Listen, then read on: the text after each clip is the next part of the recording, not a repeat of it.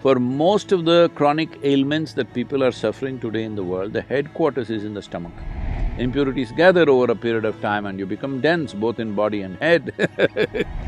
It determines the way you think, feel, understand and experience life.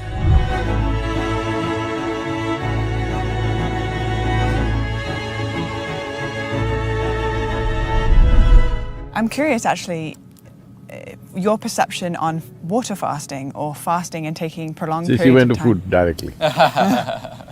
Okay, fasting, not food, good. It's the opposite of food.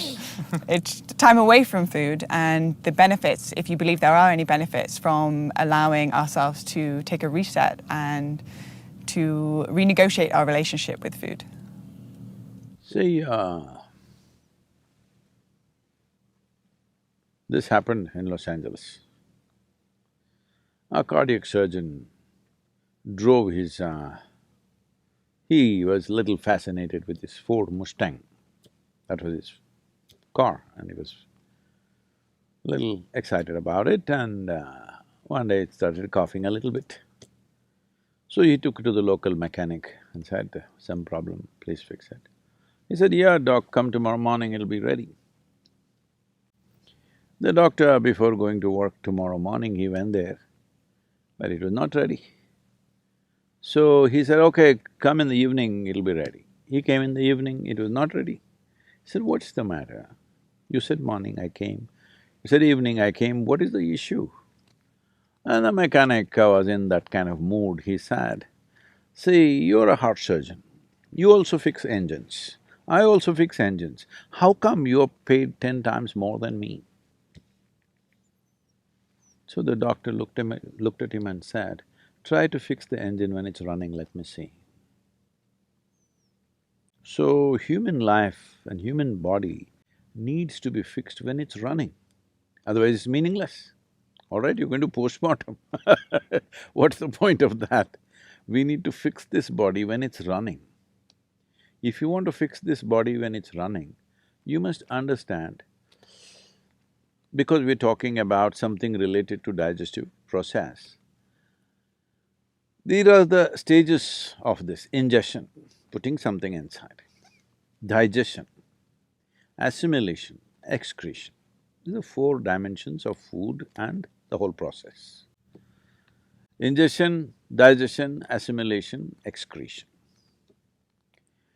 Ingestion is happening in today's world just about any time, wherever they are, sitting, standing, any time of the day or night, people just eat because there's so much food. It was not like this ever in the history of humanity.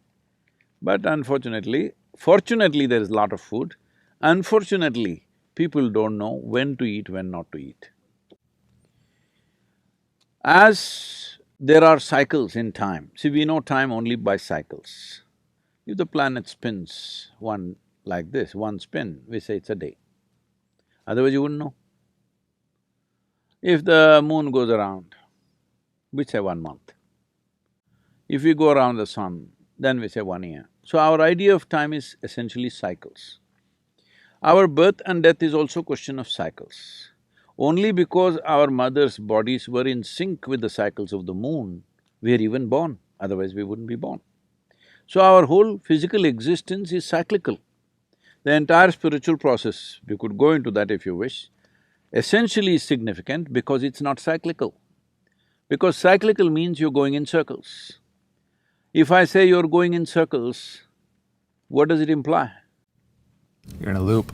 You're not getting anywhere. Yeah. Usually if I leave you in desert where here there are some mountains, if there are no features, it's just sand, then people end up going in circles. That means you're not getting anywhere, that means you're lost. So the moment you are completely identified with your body and your psychological structure, you will start going in cycles. So in India, it's… in the yogic culture, it's very, very clear, this is called as samsara, that means cyclical life. So cyclical life, as good a merry-go-round it may be, if you arrange it well, it's a good merry-go-round, but you're not getting anywhere. Children can enjoy a merry-go-round. If all the adults are sitting in the merry-go-round and going round and round thinking they're traveling, oh, very tragic, isn't it? So that's what happens. So the body is a cycle. These cycles are very connected with the planetary cycles, with the moon cycle, with the sun cycle, everything. Lunar cycle, solar cycles and the earth cycles are very important for the body. If one has the necessary awareness, they could observe on which day your body doesn't need food. Every other creature knows this. Unfortunately, human beings have forgotten because their thought process or their silly mind has superimposed every other sense they have in their system. If you observe your system, you will see on a particular day, you don't feel like eating. That day you should not eat. But no, you're at your friend's house, there is a party, you stuff yourself, even if your body says no, you stuff yourself. You see all the animals, even if you have a dog at home, on a certain day he refuses to eat, both dogs and cats. Have you noticed this? He will go and eat some blades of grass if it's available and puke and cleanses himself because he's conscious that ingestion is continuously happening, but digestion and excretion is not as efficient as ingestion. Ingestion is happening compulsively, but other parts need to work. Other dimensions of digestive process needs to work. When we say digestion, digestion happens in the whole alimentary canal, not just in the stomach. And assimilation also happens across the entire alimentary canal. Now, excretion doesn't happen only through the alimentary canal, excretion needs to happen on the cellular level also. Impurities gather over a period of time and you become dense both in body and head. If you don't cleanse yourself, then it'll pile up over a period of time. We call this karma, because when it piles up, it determines the way you think, feel, understand and experience life. People may not realize this, but they will think, this is how I am, this is my nature. This is not your nature, this is the way you messed yourself, all right? So this cleansing process, one important thing is to give a break for ingestion. Because other systems are largely involuntary, you can stimulate them, but they're involuntary, they're functioning. Ingestion is a voluntary process, though unfortunately for most people it's become compulsive. It should be a voluntary process, that is, I eat when I want to eat. When I decide I want to eat, I will eat. My hand doesn't decide when to eat. If there's anything, people are doing this all the time. I relate. I think if we leave a bunch of good chocolates around you, your hand will eat, not you. So ingestion should be a conscious process. To bring this consciousness, there are many methods. One is fasting. Simply denying yourself food and water could cause damage to the system. You must support it with the necessary practices. If you have the necessary practices, the need for food will come down. See, our energies are not coming only from the food that we eat. The sunlight, the air, the water, actually, if you… in the yogic sciences, we say, if you really keep your system well, 60 to 70% of your energy should come from these three factors: sunlight, air, water. Another 40% should come from the food that you eat. So naturally, volume of food that you eat will compress. I must tell you about myself. When I was young, I'm a big eater. I never became big because my activity was immense. But today what I eat is actually 1/10 or less than 1/10 of what I used to eat at that time. From the age of 19 till now, I'm still the same weight, what I was at 19. Only thing is, at that time, all the weight was on my shoulders. Now because of this gravity continuously working on me, kind of pulled it down a little bit. But I kept myself up. So fasting as a process must be done with necessary understanding. If people don't have that awareness, in India we fixed the 11th day of the moon cycle, you must fast. If you're not able to fast, you go on something very light, it's called palhar. That means you go on fruit diet.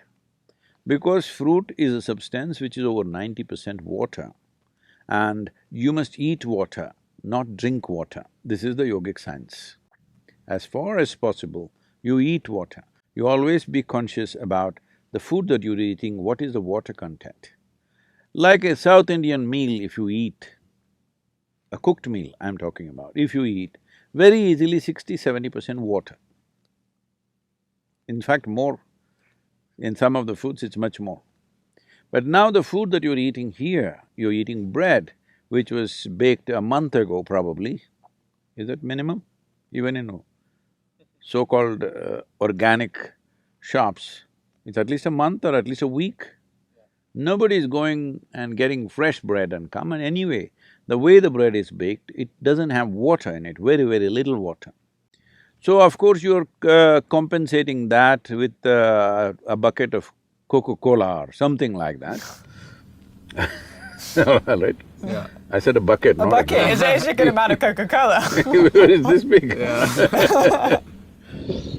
But that doesn't work like that.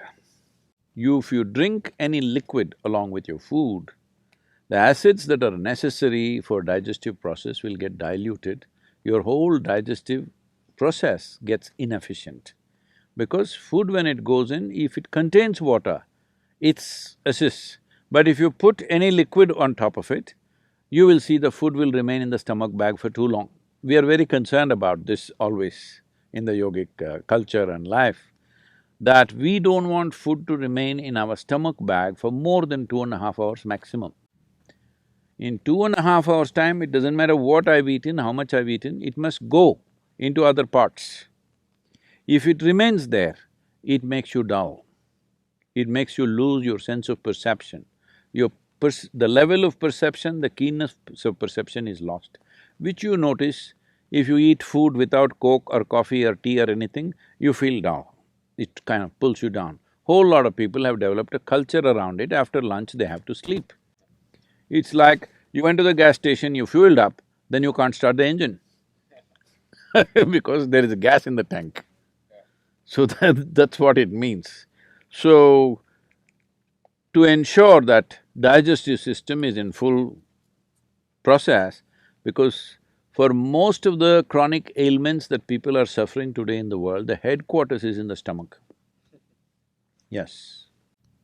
But a lot of people it's shifting to their head, but largely headquarters is in the stomach, the way… what they eat and the way they eat.